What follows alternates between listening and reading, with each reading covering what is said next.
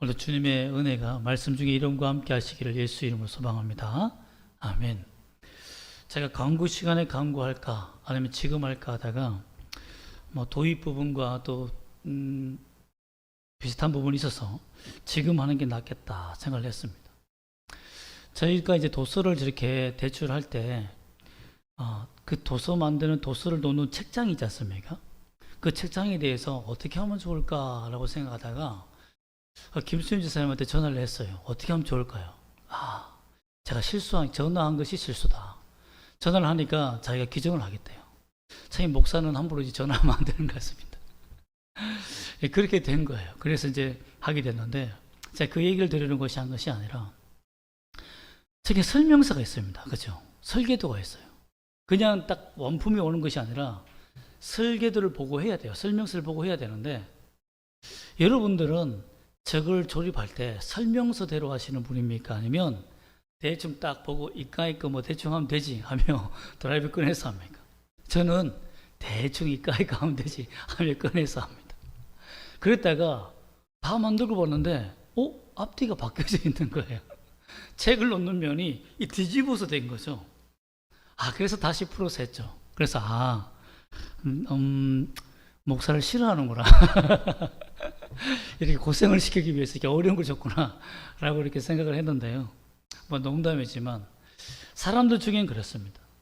어떤 것을 보면, 어떤 제품을 사면 설명서대로 하는 사람들이 있어요. 막 레고를 만들어도요, 피스 한 개를 하나하나 설명서대로 한 장 한 장 넘어가면서 하는 사람이 있는 반면에, 어떤 사람은 확 풀어놓고는 그냥 하다가 안 되면 내가 만들고 싶으면 만들면 되지 이러는 사람들이 있어요. 참 신앙생활도 마찬가지입니다. 어떤 것이 더 좋은 신앙생활일까요? 물론 사람 성품마다 다 다르지만 근데 영적인 면은 좀 다릅니다. 영적인 면은 어떻게 신앙생활을 하는 것이 가장 올바른 방법일까요? 말씀을 통해서 여러분의 인생의 모든 문제를 영적으로 해결할 때, 하나님의 말씀으로 해결할 때 어떻게 행하는 것이 옳은지를 발견하시는 시간 되기를 주님의 이름으로 축복합니다. 아멘. 오늘 말씀을 보면 하나님께서 결론이 뭐냐면, 모세에게 지팡이를 들고 와서 반석을 쳐라. 그럼 물이 나올 거야. 라고 했을 때 그대로 쳤다는 것입니다. 말은 쉽습니다. 근데 여러분이 한번 모세라고 생각해 보세요.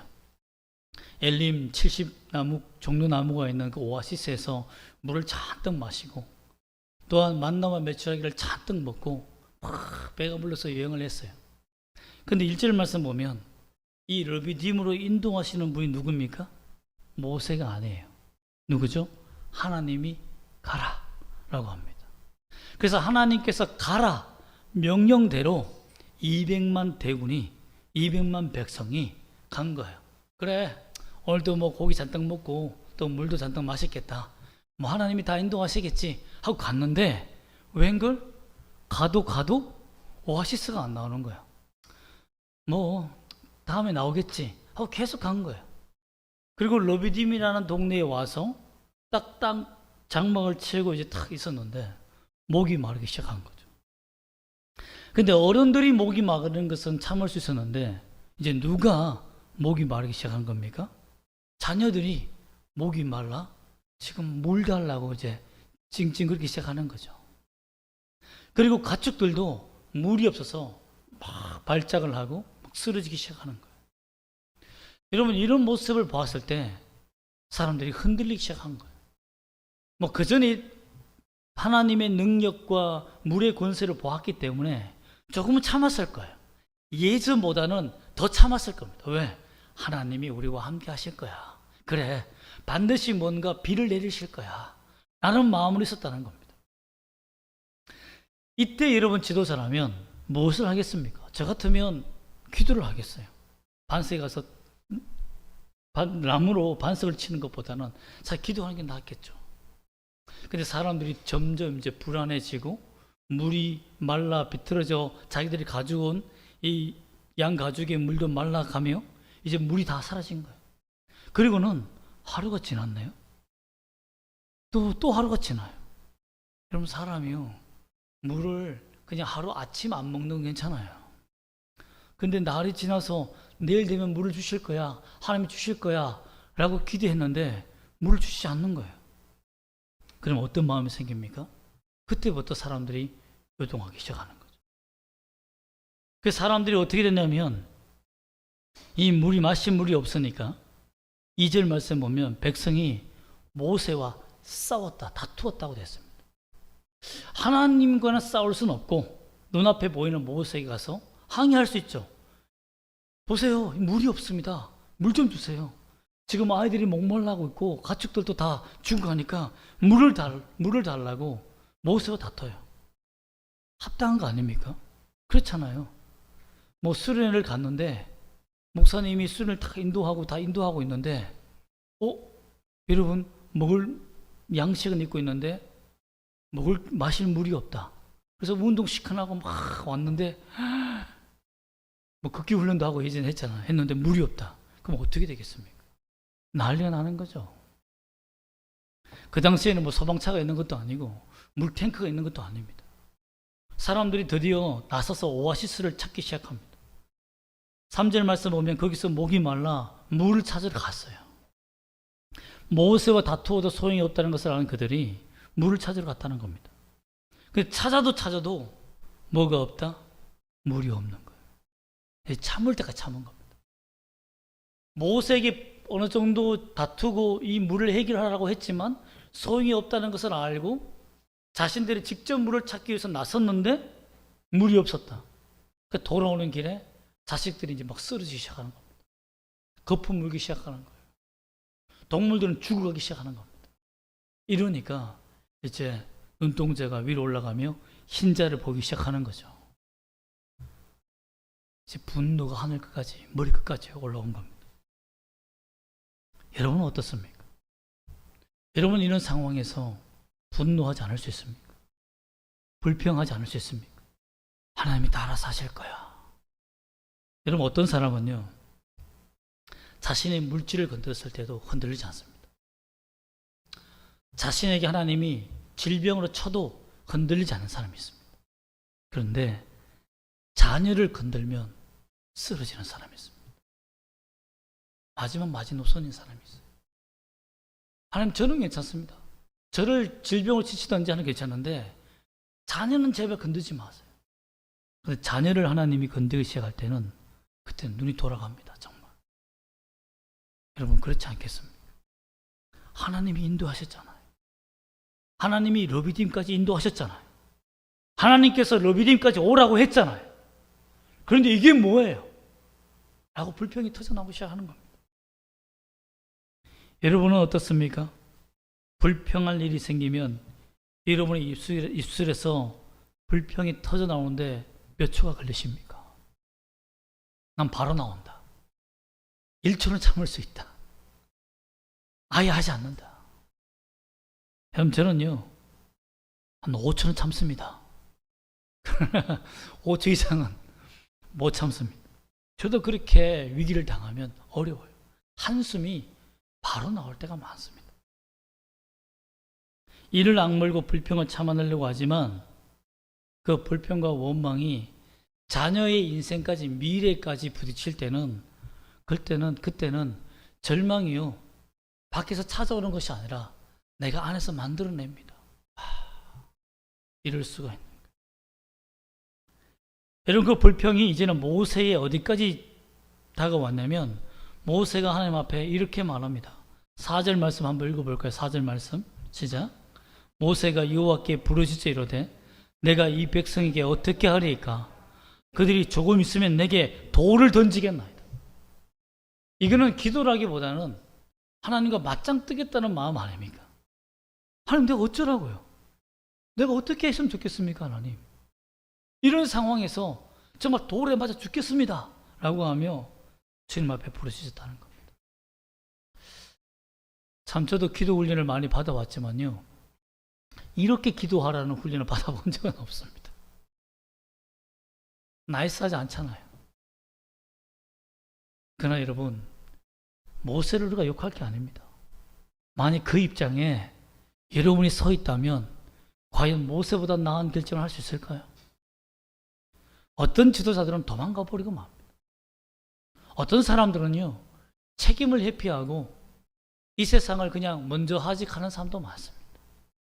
자신이 책임을 감당해야 할 그 책임, 그걸 감당하지 못해서 그냥 내 인생 끝나면 되겠지 하며 다른 사람에게 자신의 죽음의 아픔을 그냥 던져놓고 죽을 때까지 절망하고 살아라 하며 다른 사람들에게 죽음을 선사하고 떠나는 사람도 있습니다. 최악의 선택이죠. 여러분은 어떻습니까? 우리는 그런 위기에 닥쳐 살고 있지 않습니까? 근데 무엇이 모세로 하여금 이렇게 기도하게 만들고 무엇이 반석을 치게 만들었을까요? 사실 제가 모세라면요, 기도하지 않습니다.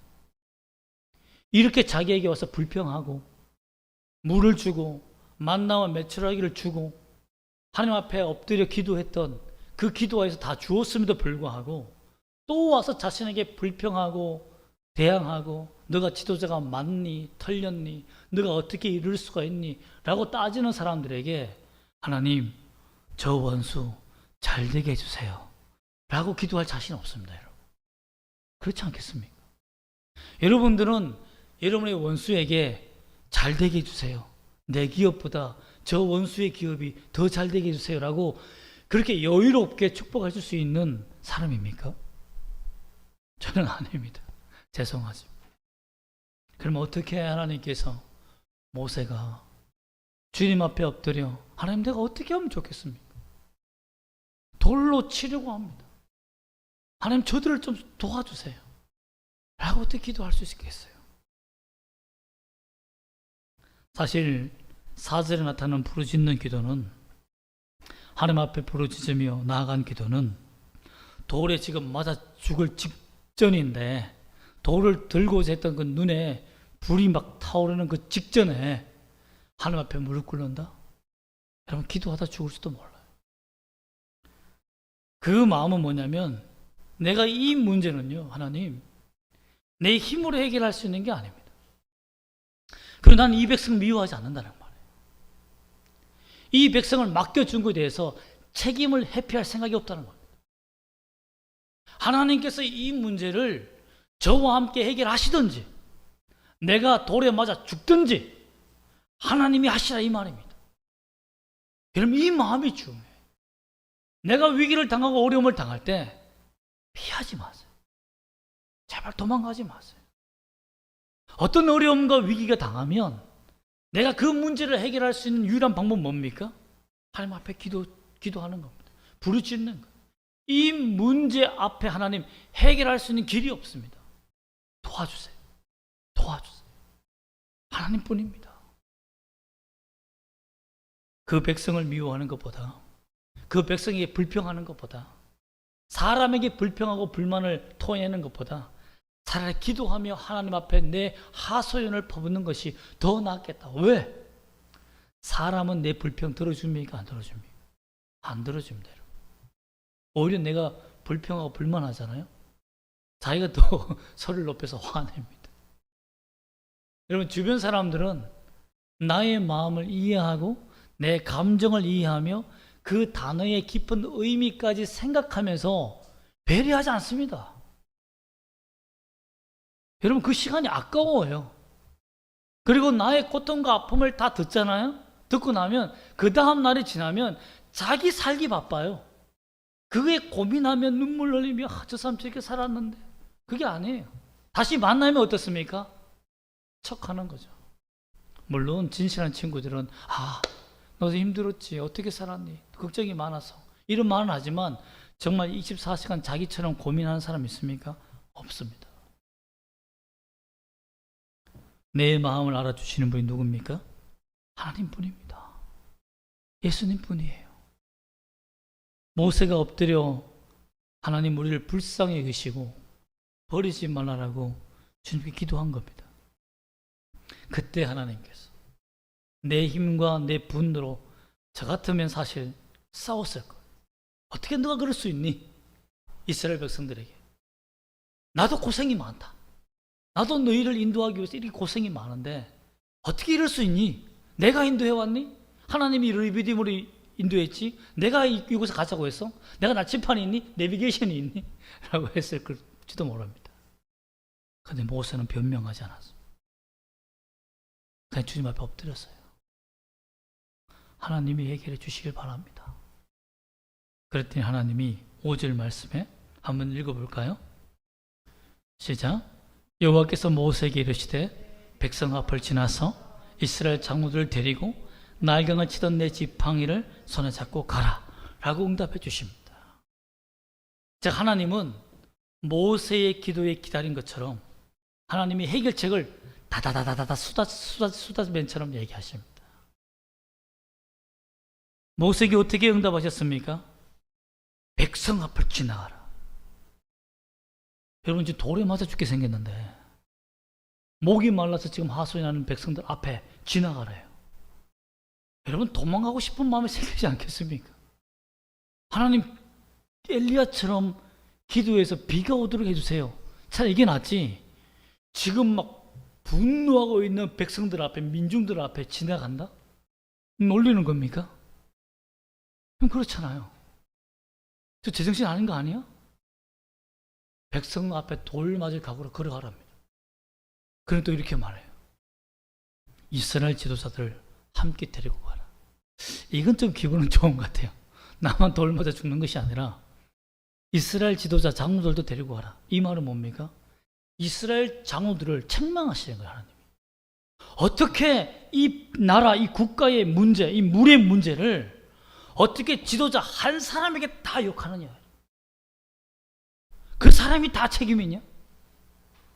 이 나라와 백성을 이끌어가는 자들이 모세 한 사람이 책임이냐? 이 백성을 책임지고 이끌어가는 지도자들의 책임이 아니냐? 너희들이 함께 울고 함께 기도하고 이 문제를 해결하기 위해서 내 앞에 나와야 되지 않겠니? 라는 겁니다. 여러분 가족의 문제가 아버지 혼자만의 문제입니까? 엄마 혼자만의 문제예요? 자식의 문제가 그 자식만의 문제입니까? 아니지 않습니까? 영적으로 가족이 된 이스라엘 전체의 문제는 전 지도자가 다 책임져야 한다는 것을 하나님 알려준 거예요. 그래서 주님 앞에 너희들이 다 돌에 맞아라. 돌에 맞을 각오로 나오라 한 거예요. 이스라엘 장로들이 얼마나 무서웠겠습니까? 지금 돌을 들고 던지려고 하는 이를 벅벅 갈면서 하고 있는 자들에게 지도자들이 앞에서 걸어간다고 생각해 보세요. 아 맞다, 너 책임이지. 눈에 안 보이면 다행인데요. 눈에 보이면 책임 다 전가하게 되어 있습니다. 하나님께서 이스라엘 백성들에게 도망가지 말고, 책임자들에게 도망가지 말고 이 문제를 해결하기 위해서 당당하라 이겁니다. 주님 앞에. 여러분 그래서 가정에 어려움이 문제가 생기면 먼저 엄마 아빠가 부모된 자로서 먼저 무릎 꿇고 기도해야 됩니다. 하나님 우리 가정의 문제를 해결해 달라. 당신 문제니까 당신이 해결해가 아닙니다. 또한 자녀들도 성인이 되었으면 기도할 수 있고 하나님의 뜻대로 살아갈 수 있는 의지가 있으면 이 문제는 내 문제라 생각해야 되는 겁니다. 더 이상 여러분 남의 문제, 남이 나에게 준 영향 거기에 치부해서는 안 됩니다. 하나님 앞에 엎드려 기도하지 못했던 내 책임도 있는 겁니다. 그 책임도 피하면 안 돼요. 그리고 주님이 말씀하십니다. 세 번째로 주신 말씀 뭡니까? 지팡이를 손에 잡고 가라. 어떤 지팡이입니까? 나일강을 치던 너의 지팡이. 이 말은 뭡니까? 내가 너와 함께 했던 그 지팡이, 즉 내가 너와 함께 했던 그 하나님의 말씀, 너를 구원하고 인도하며 일으켰던 그 말씀을 붙들어라 이겁니다. 여러분에게는 지팡이가 있습니까? 하나님께서 내가 어려울 때 이렇게 세우신 그 말씀이 있습니까? 그 말씀의 지팡이가 있습니까? 저는 있습니다. 정말 고등학교 올라갈 때, 고3 때 시험 치고 난 다음에 하나님께서 신학 목회자의 길로 여러 가지 예언과 꿈과 기적을 보여주신 이후에 시험을 쳤는데 전기에 떨어졌어요. 저는 학력고사 세대이기 때문에 학력고사 세대들은 아실지 모르지만 전기가 후기에 있었습니다. 면접 볼 때도 좀 미친 듯이 면접 봤어요. 왜 왔니? 라고 물을 때 저는 하나님께서 보내셔서 그 부르심에 순종하여 왔습니다. 그러니까 하고 웃더라고요. 면접관이. 그렇게 대답하는 게 아니라 뭐냐면 저의 마음속에 예수님 사랑 믿음이 생겼어. 이 나라와 이 민족을 위해서 하나님이 나를 선포하며 영혼들을 구원하는 사명으로 불타서 왔습니다. 이렇게 해야 되는데 하나님이 부르셔서 왔다고 하니까 이런 신비주의자만 하며 여러분 똑 떨어졌을 때 어떤 마음이 있겠습니까? 그때 기도원에서 받은 말씀이 있습니다. 하나님이 주신 말씀이 있어요. 그분은 영적인 능력이 있어서 눈앞에 그 글자가 써진대. 하나님의 말씀이 쫙 하고 써진답니다. 와, 나도 그런 은사가 있으면 좋겠다 라고 생각했는데, 학생, 너에게 하나님이 두 가지 말씀을 주셨다 하며, 하나는 지금 주시는 말씀이고 하나는 네가 이 기도원을 내려갈 때 하나님 주시라고 하신다. 제가 내려갈 때 그 말씀을 듣고 참 감사했습니다. 후기 시험을 쳐놓고 기도원에서 기다릴 때 저희 아버지가 그 기도원을 뛰어 올라오셨어요. 내려가는 그날인데 그분이 딱 말씀을 주셨는데, 목회자가 되어서 살아가야 할 행동들을 시편에 있는 말씀을 주시더라고요. 아, 합격이구나. 근데 저희 아버지가 아들아 합격했다 하면서 이렇게 오시더라고요. 지금도 어렵고 힘들 때 저는 두 가지 말씀을 제 가슴에 떠올리며 기도합니다. 나의 지팡이는 그 지팡이입니다. 하나님이 제게 힘들고 어려울 때마다 내 지팡이를 잡아라. 내가 너에게 준 지팡이를 잡아라. 이 말은요, 여러분 하나님의 말씀을 암송하고 있다가 내가 어렵고 힘들 때 그 말씀이 갑자기 가슴에 떠오릅니다. 힘이 되어요. 눈물이 나요. 막 솟아오르는 힘이 생깁니다. 그 말씀을 붙들고 나아가면 승리하는 그 지팡이, 하나님 내게도 달라고 여러분 기도하십시오. 너희의 지팡이를 손에 잡고 가라. 그때 저도 일어선 것처럼, 모세도 일어선 것처럼 여러분도 일어설 줄 믿습니다. 그 말씀을 주시는 이유가 뭡니까? 6절 말씀 때문입니다. 6절 말씀 때문에. 한번 6절 말씀 읽어볼까요? 시작. 내가 호렙 산에 있는 그 반석 위 거기서 내 앞에 서리니 너는 그 반석을 치라. 예, 여기까지. 반석을 치러 바위로 백성 지도자들과 함께 지팡이를 들고 사람 키 5배, 6배가 되는 큰 바위입니다. 레비dim 반석. 그 반석 앞에 갑니다. 가는데 하나님께서 야, 너가 내 앞에 서라 이렇게 한 겁니까? 아닙니다. 내 뒤에 숨으라는 거예요. 내가 이 반석을 깨트리고 물이 나게 할 테니까 너는 내 뒤에 있어서 내가 하라는 대로 하라 이 말입니다. 그래서 하나님께서 그렇게 묻잖아요. 내 앞서 서리니, 내가 너희 앞에 서리니. 여러분 우리 하나님은 그런 하나님이에요. 우리 하나님은 자신이 돌을 다 막겠다는 겁니다. 내가 이 반석을 깨트려서 물이 나오지 않으면 이 백성의 모든 원망과 돌을 내가 막겠다는 겁니다. 그게 하나님 아버지의 책임성 있는 마음이에요. 아담과 하와가 범죄하여, 특히 아담이 범죄하여 인류가 죄악에 빠졌을 때에 주님 도망갔습니까? 아닙니다. 그때 사단과 여자가 원수가 되리라 하며 예수 그리스도를 이미 우리를 위해 던질 작정을 하셨습니다. 그리고 예수님이 이 땅에 오셨을 때에 비겁하게 도망갔습니까? 아닙니다. 십자가를 지고 올라가시며 그 못이 예수님을 붙들고 있는 것이 아니라 예수님이 그 십자가를 붙들고 계신 거죠. 절대 예수님은요 그냥 뽑아버리면 됩니다. 사람들이 깜짝 놀랄 능력을 보여주면 돼요. 그런데 왜 뽑지 않습니까? 비겁하게 도망가지 않았다는 겁니다. 인생의 문제에 있어서 자신이 책임져야 할 문제, 인류의 죄악의 문제를 구원해야 할 백성 한 영혼을 위해서 자신의 인생 전체를 던지는 일에 대해서 비겁하게 피하지 않았다는 겁니다. 여러분, 우리는 절대로 주님 앞에 인생을 살아가면서 비겁한 자가 되어서는 안 됩니다. 여러분, 불평하고 불만하는 건요, 다 할 수 있습니다. 어린 아이들도요, 가르치지 않아도요, 불평불만합니다. 뭐 학원 안 다녀도 돼요. 뭐 대치동에 유명한 학원 안 다녀도 불평불만은요, 정말 논리정연하게 사람의 심장을 찔러가며 부모를, 저 옆 사람을 절망시킬 만큼 할 수 있습니다. 그러나 그 입술을 참는 일은 진짜 어렵다는 거죠. 왜? 자신이 책임지는 사람들은요, 말하지 않습니다. 내 책임이라 생각하는 사람은 말하지 않는다는 거죠. 그래서 주님 보면, 성경에 보면 어린 양처럼 말하지 않고 주님이 십자가에 못 박혔다고 하죠. 내가 너 위해서 죽는다.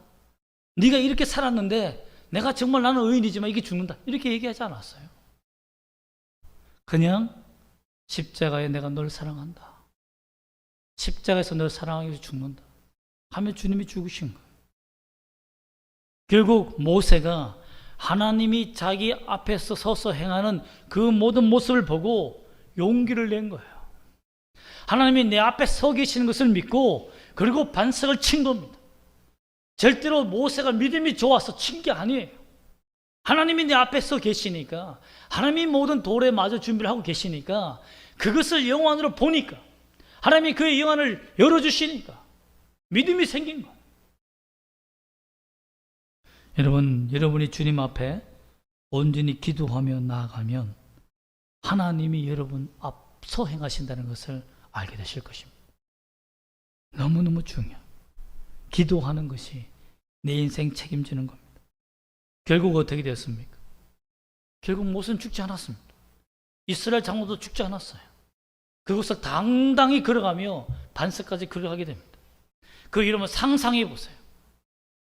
반석을 때렸을 때에 사람 키 5배가 넘는 6배가 되는 큰 바위, 사람이 한 20명은 둘러서 팔을 잡고 서야 돌을 감쌀 수 있는 큰 바위가 반으로 확 쪼개지면서 물이 밑에서부터 터져 나오는 것을 보십시오.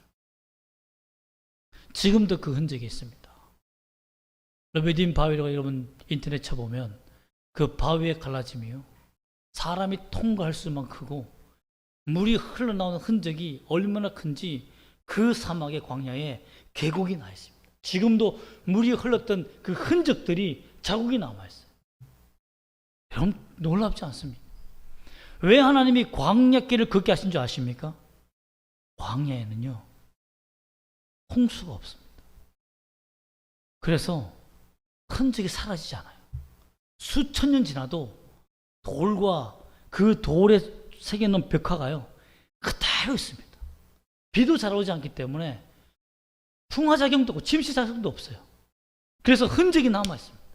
하나님이 내가 너희를 인도했다라는, 광야를 인도했다라는 38년의 역사를 그 땅에다 기록하기 위해서 하나님이 광야를 걷게 하신 거예요. 구글에 찾아보면 그대로 그 흔적을 볼 수 있습니다. 이제는 인터넷이 발달해서 출애굽은 거짓이다라고 말했던 신학자들이 입을 다물게 되는 역사가 나타나는 현상이 된 거죠. 그래서 떨기나무라는 원투라는 책까지 이제 집필을 하게 되지 않습니까? 여러분, 이만큼 하나님은 누구십니까? 살아계신 하나님이십니다. 앞서 행하시는 분이고 위기를 해결하신 분이고 기도하며 주님 앞에 나아가는 자들에게 반드시 하나님이 살아계신다는 그 증거를 보여주시고, 그렇게 보여줬더라는 그 증거를 지금도 간직하고 계시는 분입니다. 그러면 여러분, 하나님이 살아계십니까? 하나님이 존재하십니까? 묻고 싶거든 일단 먼저 보세요. 그 흔적을 보시라는 겁니다. 여러분, 이스라엘 백성들이 가장 큰 범죄가 무엇인 줄 아십니까? 바로 7절 말씀에 있는 범죄였습니다. 불평한 게 범죄가 아니었어요. 아주 가장 심각한 범죄가 무엇이냐면 7절 말씀 한번 읽어볼까요? 시작. 그가 그곳 이름을 마사 또는 머리바라 불렀으니 이는 이스라엘 자손이 다투었으며 또는 그들이 여호와를 시험하여 이르기를 여호와께서 우리 중에 계신가 안 계신가 하였음이더라. 여러분, 불평할 수 있어요. 하나님 어떻게 이럴 수 있습니까? 하나님 어떻게 저럴 수 있습니까? 불평할 수 있어요. 그러나 해서는 안 된 말이 있습니다. 그게 뭡니까? 하나님 계셔요? 하나님 존재하십니까? 하나님 정말 살아계신 거 맞아요? 여러분, 이런 의심은 정말 심각한 죄입니다. 그래서 하나님이 영원히 잊지 말라고, 다시는 이러한 하는 나의 존재를 의심하지 말라고 그 곳 이름을 마사다, 머리바다, 원망하였다, 다투었다, 하나님과 다투었다는 땅으로 이름을 바꿔버립니다. 역사 속에 남게 해요. 이 말은 뭡니까? 회개할 기회를 주셨다는 겁니다. 회개할 기회를 주셨어요. 나중에 36년이 지나서 다시 여기로 돌아옵니다. 37년이 지나서 38년째에 다시 또 돌아옵니다. 그때는 2번 모세가 반석을 침으로 말미암아 가나안 땅에 못 들어가는 징벌을 받습니다. 왜? 불평하지 말라 했는데,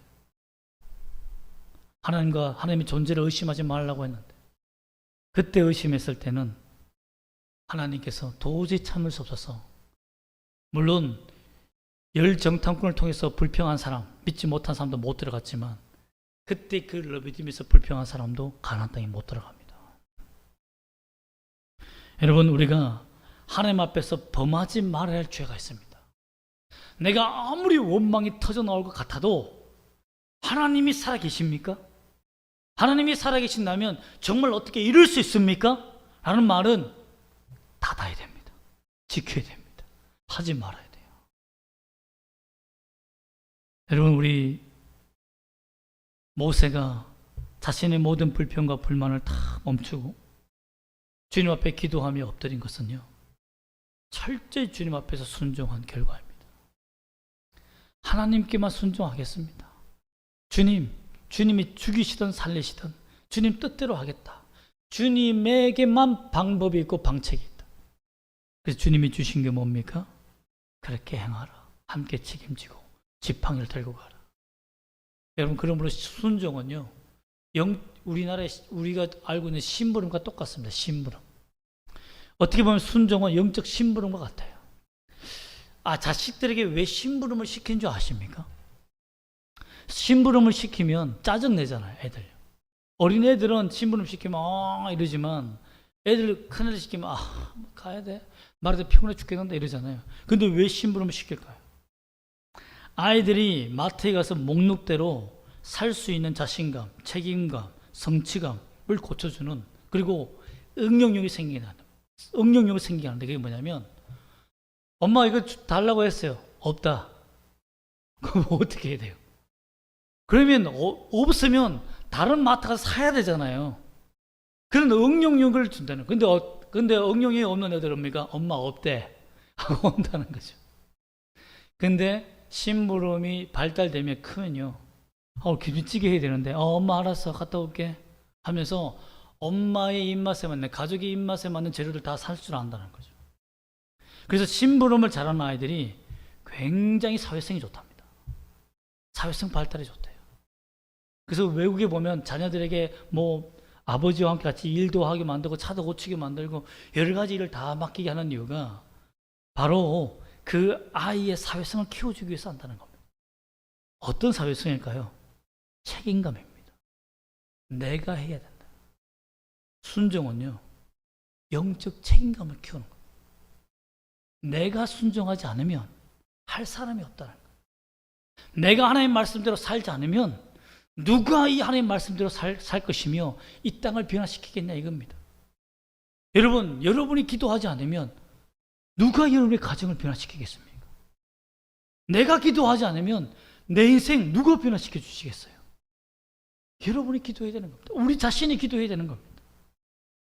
그래서 순종은 하나님의 설명서대로, 하나님의 설계대로 내가 책임지고 조립하는 겁니다. 내가 완성해 가는 거예요. 그러면 어떻게 우리가 모세처럼 설계도처럼 주의 말씀에 순종하며 살아갈 수 있을까요? 간단하게 정리하면 이렇습니다. 4절 말씀에 부르짖어 기도하는 겁니다. 하나님께 의탁하는 것. 5절 말씀에 있는 대로 주의 지팡이, 내게 주신 말씀을 발견하여 그 말씀을 붙들고 일어서는 겁니다. 또한 그대로 행해야 됩니다. 그대로. 6절 말씀 하반절에 보면 모세가 이스라엘 장로들의 목전에서 어떻게 했다? 그대로 행하니라. 그대로 행하니라. 이 세상을 살 때 그대로 행할 수 없는 게 많아요. 내 생각에 감미를 넣을 때가 많습니다. 그러나 주님의 요리를 망친다는 것. 하나님의 요리를 망치지 않기 위해서는 내 생각에는 감미를 빼야 돼요. 말씀 그대로 순종할 수 있는, 설계 그대로 할 수 있는, 설명서 그대로, 성경에 있는 설명서 그대로 실천할 수 있는 순종이 필요하다는 것입니다. 순종이란 말은 히브리어로 샤마입니다. 샤마. 헬라어로는 히파코와 히포타소라는 두 말이 있는데요. 다 듣다라는 말입니다. 듣다. 리스닝이라는 거예요. 그러니까 히어링이 아니고 리스닝이라는 거예요. 그냥 들려오는 것이 아니라 내가 주의해서 들어야 된다는 거예요. 그게 샤마입니다. 샤마. 우리가 하나님 말씀을 들을 수 있는 순종, 제대로 들을 수 있는 귀, 제대로 순종하고 제대로 실천할 수 있는, 즉 제대로 들어야 제대로 나온다는 거예요. 하나님의 말씀을 제대로 듣고 제대로 실천할 수 있는 여러분 되시기를 주님의 이름으로 부탁드립니다. 아멘. 기도하겠습니다.